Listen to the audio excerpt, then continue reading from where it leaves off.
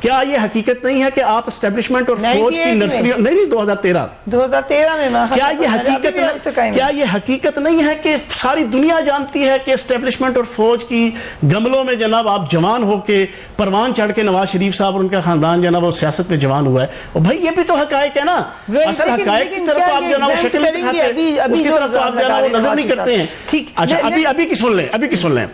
کیا یہ حقیقت نہیں ہے کہ on the floor of the house Nawaz Sharif صاحب کہتے ہیں جناب والا یہ ہیں وہ ذرائع، پھر اس کے بعد 2 سال گزر گئے ہیں، آپ کی سپریم کورٹ، آپ کی احتساب عدالت، آپ کی JIT پوچھتی پھر رہی ہے حضور والا کون سے ہیں وہ ذرائع، آپ کہتے ہیں کوئی نہیں ہے وہ ذرائع. یہ بھی تو ایک حقیقت ہے نا. انٹرویوز کو آپ کاؤنٹ ہی نہ کریں. ہاں اب آپ دیکھیں نا، آج آپ کی محترمہ مریم بی بی کہتی ہیں کہ جناب یہ تو مصدقہ ہے ہی نہیں ہے.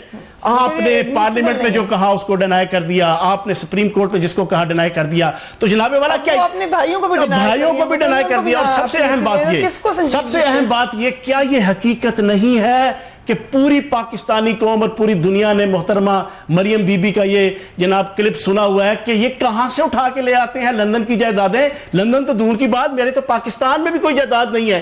کیا یہ حقیقت نہیں ہے؟ ہمارے ساتھ موجود ہیں general Amjad Shoaib. Thank you so much for being on the programme. سے نواز شریف صاحب الزام عائد کر رہے ہیں کہ دھرنے کے دوران ISI کے چیف نے ان کو پیغام بھیجا کہ وہ اپنے عہدے سے سبکدوش ہو جائیں. ایسی کوئی اطلاع ہے آپ کے پاس؟ بسم اللہ الرحمن الرحیم. دیکھیے پہلی بات یہ ہے کہ یہ فوج سے نام لگا کے ان کو ایک سہولت تھی، ان کی ایک اسٹریٹجی تھی کہ اس سے ان کو سپورٹ ملتی تھی، تمام پولیٹیکل پارٹیز اکٹھی ہو جاتی تھی اور وہ پھر ان سے کوئی پوچھتا نہیں تھا کہ یہ دھرنا کیوں ہوا، کیونکہ 14 لوگ آپ نے مارے. کیا پاکستان میں کوئی قانون نہیں ہے کہ کسی کو 76 دن کا دھرنے کی ضرورت ہے کہ وہ اب ایک FIR درج کرانے کے لیے 76 دن کا دھرنا کرے، یا 4 آپ نے سیٹیں کھول لی ہیں تو اس کے لیے 126 دن کا دھرنا کیا جائے؟ یہ سوالات حکومت سے پوچھے جانے چاہیے تھے، وہ پوچھے نہیں گئے کیونکہ آپ نے کہہ دیا کہ خفیہ ہاتھ ہے. اب حقیقت یہ ہے کہ میں آپ کو آج میں آپ کو بڑی ایسی بات بتانے لگا جو بڑی کم لوگوں کو پتا ہے.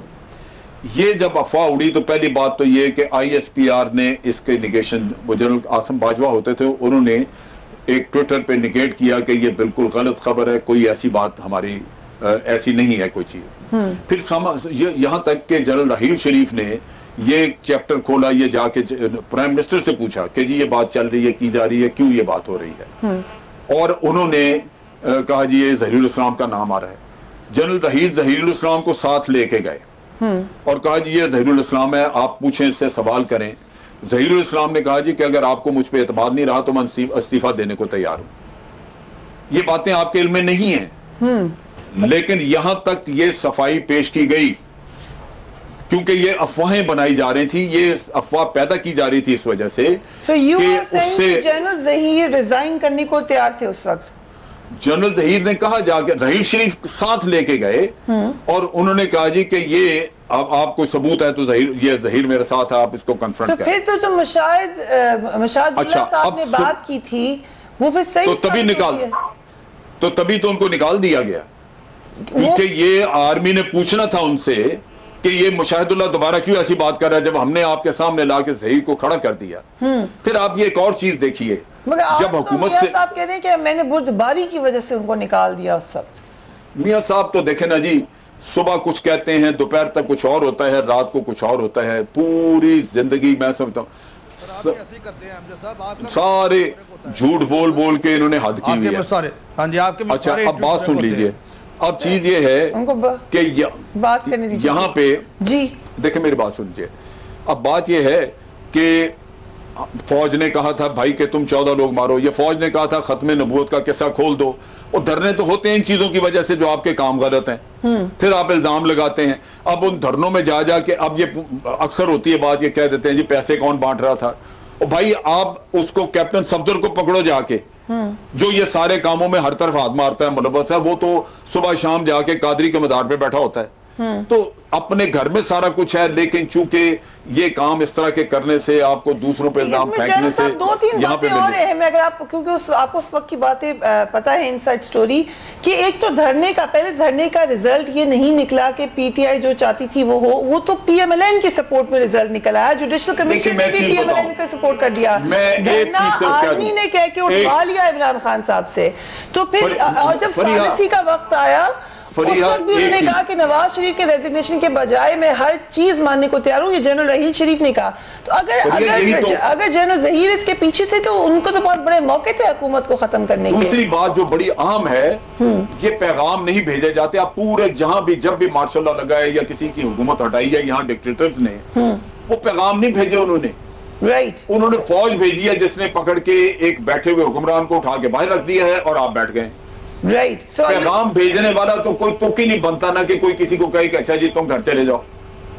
اور پھر رحیل شریف نے سارا معاملہ طے کرایا، اس کو بلا کے انہوں نے کہا کہ جی آپ یہ معاملہ طے کریں، اور اس نے واضح کہا کہ جی استعفے کے علاوہ باقی بات، کیونکہ یہ کنونس تھے فوج میں، یہ ڈسکشن جو ہوتی تھی اس میں یہ بات وہ کنونس تھے کہ یہ بڑی زیادتی ہے کہ کوئی بھی شخص 150 لوگ، 1000 لوگ یا 10,000 لوگ اکٹھے کر کے آ جائے باہر اور پرائم منسٹر کے دفتر کے باہر بیٹھ جائے کہ تم استعفیٰ دو، اس طرح تو کوئی حکومت چل ہی نہیں سکتی۔ لہٰذا یہ تو فوج قطعاً اس کے حق میں نہیں تھی، نہ کبھی انہوں نے کہا، اور یہ ایک پرندہ ہے جھوٹ کا جو آپ کی آنکھوں میں دھول جھونکی جا رہی ہے۔ میرا خیال ہے کوئی لکھ کے ضمانت چاہیے۔ 3 چیف آف آرمی اسٹاف بار بار کہہ چکے ہیں کہ ہم جمہوریت کے ساتھ ہیں، ہم آپ کا ساتھ دے رہے ہیں۔ اگر ان کی حکومت ختم کرنی ہوتی تو جب نواز شریف صاحب نااہل ہوئے ہیں، کتنا سموتھ طریقے سے شاہد خاقان عباسی کی حکومت آئی ہے، انہی کے لوگ، انہی کے وزیر، کسی نے دخل دیا ہے؟ So I'll come to you Chauhan صاحب، کیونکہ آپ کو بھی دھرنے کی کوئی باتیں یاد ہوں گی، آپ کو یاد ہوگا اس سے بھی بار بار یہی الزامات لگ رہے تھے۔ اب خاقان عباسی صاحب کہہ رہے ہیں کہ سابق ڈی جی آئی صاحب کو بلائیں، وہ اس پہ جواب دیں، کیا آپ کے خیال سے ان کو جواب دینا دیکھو میں جنرل صاحب کی بات کو 100% انڈورس کروں گا کہ اگر اس وقت ایسی چیز تھی تو آپ جناب سیک کر دیتے، جنرل رحیل شریف کو کر دیتے سیک، آپ جناب اس کو سیک کر دیتے، ظہیر الاسلام کو کر دیتے، آپ پرائم منسٹر تھے، آپ کے پاس اتھارٹی تھی، 2/3 میجورٹی تھی، آپ کی کنڈولیزا ریسی کے تحت بڑا آپ کے پاس جناب ایک دبدبہ اور تنتنا تھا، آپ اس وقت کر دیتے نا، آپ نے کیوں نہیں کیا؟ کیونکہ آپ انٹرنلی خود گلٹی تھے۔ آپ کو پتا ہے کہ 14 بندے آپ نے دن دہاڑے اپنے شہر کے اندر اپنے آفس سے جناب چھوٹے بھائی کے آفس سے 1 کلومیٹر کے احاطے میں آپ نے مروا دیے ہیں۔ آپ کو پتا ہے کہ آپ نے پورے کا پورا الیکشن 2 نمبر طریقے سے نجم سیٹھی اور آپ کے افتخار چودھری کی سرپرستی میں جیتا ہے۔ آپ کے ہوش اڑے ہوئے تھے الیکشن جیتنے کے 6 مہینے تک۔ آپ کو کورٹ نے بری کر دیا ویسے؟ سر کورٹ نے بری کیا، وہ بڑی لمبی ڈسکشن ہے فریا، اس کے اندر بڑی جناب پوائنٹس بھی موجود ہیں، بتایا گیا ہے کہ ہاں جی یہ آپ کے بلنڈرز ہوئے ہیں، لیکن اس وقت حالات ملک کے یہ ہیں کہ ہم جناب اس کی ریپرکشنز کی بات بھی ہوئی، ایک لفظ ریپرکشنز جناب باقاعدہ عدالت نے لکھا کہ وہ اتنے برے آئیں گے اگر ہم نے کوئی سویر قسم کا فیصلہ دے دیا ریاست کے خلاف جناب، تو اس وجہ سے ہم اس کو سٹیٹس کو کے تحت ہی معاملات کو چلاتے ہیں۔ لیکن ایکسپٹ کیا عدالت نے کہ کیسے آپ کے بیلٹ پیپر جو ہے وہ لاکھوں کروڑوں جو ہے 2 نمبر طریقے سے چھپائے گئے، کیسے آپ کے جناب افسران کو جو ہے وہ استعمال کیا گیا۔ تو یہ نہ کہیں کہ آپ کو بالکل نیٹ اینڈ کلین چٹ دے دی تھی جناب نواز شریف صاحب کو اور ان کی حکومت کو، لیکن کہنے کا مقصد یہ ہے کہ اس وقت آپ کرتے نا، اس وقت آپ نے کیوں نہیں کیا؟ اس وقت نہیں کیا، آج صرف آپ یہ بھی کہیں نا نواز شریف صاحب کے، میں تو گیا تھا بنی گالا، پہلے وہ حال پوچھنے بھی گئے تھے، آپ کو یاد ہوگا، انہوں نے ایک دن کیمپیننگ ملتوی کر دی جب خان صاحب گرے ہیں، پوری محبتوں کے ساتھ نواز شریف صاحب تو چلے تھے اس معاملے میں، ہم نے بھی بڑا محبت کا اظہار کیا، ابھی آپ کے احسن اقبال صاحب کو گولی لگی، ہم نے عمران خان صاحب نے جناب بھیجا جناب وہ گلدستہ جناب پھولوں کا احسن اقبال صاحب کو، اس طرح تو ہم نے بھی کیا ہے۔ اوکے سو آپ کہہ رہے ہیں this is respect, we will come right after a break.